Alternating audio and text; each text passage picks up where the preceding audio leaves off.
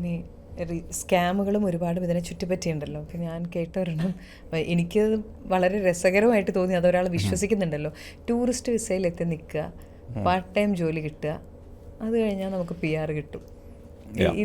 ഈ സെൻറ്റൻസ് സത്യത്തിൽ അതെന്താണത്?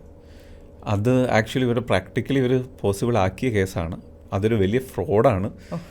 അവർ പ്രാക്ടിക്കലാക്കിയ ഇൻ ദ സെൻസ് അവർ വിസിറ്റിംഗ് വിസയിൽ എന്തൊക്കെയോ ഡോക്യുമെൻറ്റ്സ് വെച്ചിട്ട് ആൾക്കാരെ എത്തിച്ചിട്ടുണ്ട്. അതിനുശേഷം അവിടുത്തെ പ്രൊട്ടക്ഷൻ വിസ അപ്ലൈ ചെയ്യുകയാണ് അവർ ചെയ്യുന്നത്. ഇവരറിയുക കൂടിയില്ല. Asylum visa.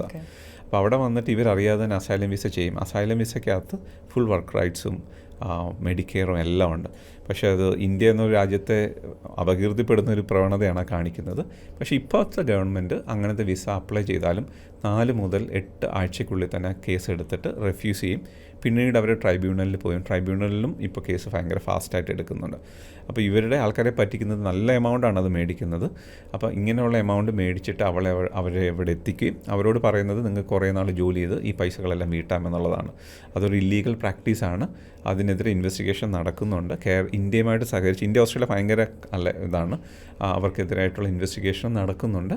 പക്ഷേ അതൊരു സക്സസ്ഫുള്ളി ചെയ്തൊരു പ്രോഗ്രാമാണ്, like in the sense in A fraud way. But അതൊരിക്കലും എൻ്റർടൈൻ ചെയ്യാൻ സാധിക്കാത്ത രാജ്യ താല്പര്യങ്ങൾക്ക് എഗനസ്റ്റ് ആയിട്ടുള്ള ഒരു പ്രോസസ്സാണ്. പിടിച്ചു കഴിഞ്ഞാൽ അവർ ജയിലിലടയ്ക്കും. ജയിലിൽ നിന്ന് ഡീപ്പോർട്ട് ചെയ്ത് ഇന്ത്യയിലേക്ക് അവരെത്തിക്കും. പിന്നീട് ഒരിക്കലും അവർക്ക് ഓസ്ട്രേലിയക്ക് ഒരു ചാൻസ് വന്നാൽ കൂടി അവർക്ക് പോകാൻ സാധിക്കില്ല. ഫോർ എക്സാമ്പിൾ, അവരുടെ മക്കൾ പഠിച്ച് പാസ്സായി അവരൊരു ഓസ്ട്രേലിയൻ PR അപ്ലൈ ചെയ്താൽ പോലും ഇവർക്ക് അവിടേക്ക് എത്താനോ അല്ലെങ്കിൽ ഇവരുടെ ആപ്ലിക്കേഷൻ കാരണം അവരുടെ വിസ റെഫ്യൂസ് ആവാനുള്ള സാധ്യതകൾ വളരെ ഹൈ ആണ്. സോ അവരുടെ ഓസ്ട്രേലിയൻ ഡ്രീംസ് അതോടുകൂടെ തീരണം.